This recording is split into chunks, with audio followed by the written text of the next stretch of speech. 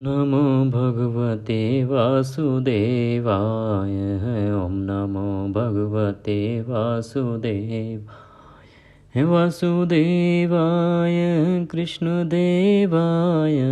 ओम नमो भगवते वासुदेवाय। ये कृष्ण कन्हैया लाल की जय। अभी हम सुनेंगे कार्तिक मास महात्म्य का चतुर्थ अध्याय, जिसमें भगवान श्री कृष्ण आगे का वृतांत सुना रहे हैं कि किस प्रकार से जब सभी वेद पानी में चले गए राक्षस से डर से तो किस प्रकार से भगवान विष्णु उनको बाहर लेके आए। आइए आगे पढ़ते हैं।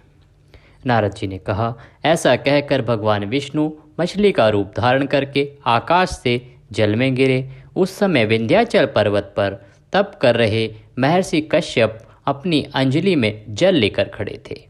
भगवान उनकी अंजलि में जा गिरे। महर्षि कश्यप ने दया करके उसे अपने कमंडल में रख लिया। मछली के थोड़ा बड़ा होने पर महर्षि कश्यप ने उसे कुएं में डाल दिया। जब वह मछली कुएं में भी ना समा पाई तो उन्होंने उसे तालाब में डाल दिया। जब वह तालाब में भी ना आ सकी तो उन्होंने उसे समुद्र में डाल दिया।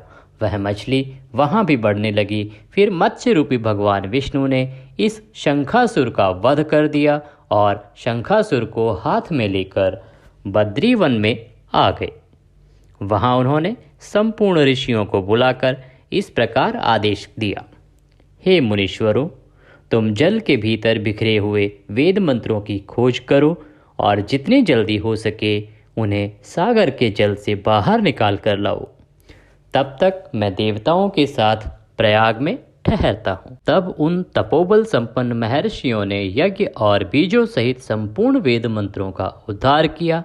उनमें से जितने मंत्र जिस ऋषि ने उपलब्ध किए वही उन बीज मंत्रों का उस दिन से ऋषि माना जाने लगा। तदंतर सब ऋषि एकत्र होकर प्रयाग में गए। वहां उन्होंने ब्रह्मा जी सहित भगवान विष्णु को उपलब्ध हुए सभी वेद मंत्रों को समर्पित कर दिया। सब वेदों को पाकर ब्रह्मा जी बहुत प्रसन्न हुए। उन्होंने देवताओं और ऋषियों के साथ प्रयाग में अश्वमेध यज्ञ किया। यज्ञ समाप्त होने पर सब देवताओं ने भगवान से निवेदन किया, देवाधिदेव जगन्नाथ, इस स्थान पर ब्रह्मा जी ने खोए हुए वेदों को पुनः प्राप्त किया है और हमने भी यहाँ आपके प्रसाद से यज्ञ भाग पाया है। अतः यह स्थान पृथ्वी पर सबसे श्रेष्ठ पुण्य की वृद्धि करने वाला एवं भोग तथा मोक्ष प्रदान करने वाला हो। साथ ही यह समय भी महापुण्य में और ब्रह्मघाती आदि महापापियों की भी शुद्धि करने वाला हो तथा यह स्थान यहाँ दिए हुए दान को अक्षय बना देने वाला भी हो, यह वर दीजिए। ऐसा निवेदन सभी ऋषियों ने किया। भगवान विष्णु बोले, देवताओं, तुमने जो कुछ कहा है वह मुझे स्वीकार्य है। तुम्हारी इच्छा पूर्ण हो। आज से यह स्थान ब्रह्म क्षेत्र के नाम से प्रसिद्ध होगा। सूर्यवंश में उत्पन्न राजा भगीरथ यहाँ गंगा को ले आएंगे और वह यहाँ सूर्य कन्या यमुना से मिलेगी। ब्रह्मा जी और तुम सब देवता मेरे साथ यहाँ निवास करो। आज से यह तीर्थराज के नाम से विख्यात होगा। तीर्थराज के दर्शन से तत्काल सब पाप नष्ट हो जाएंगे। जब सूर्य मकर राशि में स्थित होंगे उस समय यहाँ स्नान करने वाले मनुष्यों के सब पापों का यह तीर्थ नाश करेगा। यह काल भी मनुष्यों के लिए सदा महान पुण्य देने वाला होगा। माघ में सूर्य के मकर राशि में स्थित होने पर यहाँ स्नान करने से सालोक्य आदि फल प्राप्त होंगे। देवाधिदेव भगवान विष्णु देवताओं से ऐसा कहकर ब्रह्मा जी के साथ वहीं अंतर्ध्यान हो गए।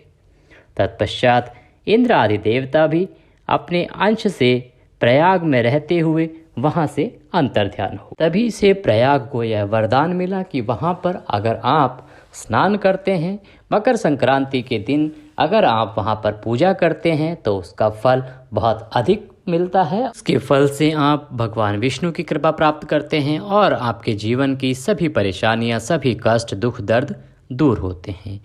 जो मनुष्य कार्तिक में तुलसी जी की जड़ के समीप श्री हरि का पूजन करता है वह इस लोक में संपूर्ण भोगों का उपभोग करके अंत में बैकुंठ धाम को जाता है। यह भगवान विष्णु का आशीर्वाद है। इसी के साथ यहाँ पर चतुर्थ अध्याय समाप्त होता है।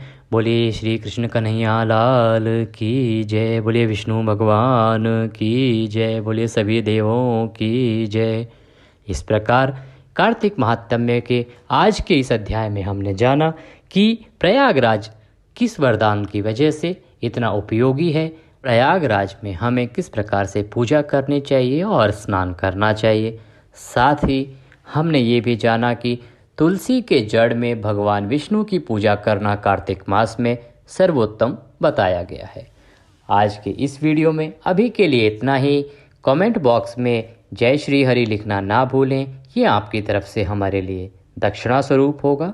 अगले वीडियो में फिर होगी आपसे मुलाकात। तब तक के लिए ओम नमः शिवाय।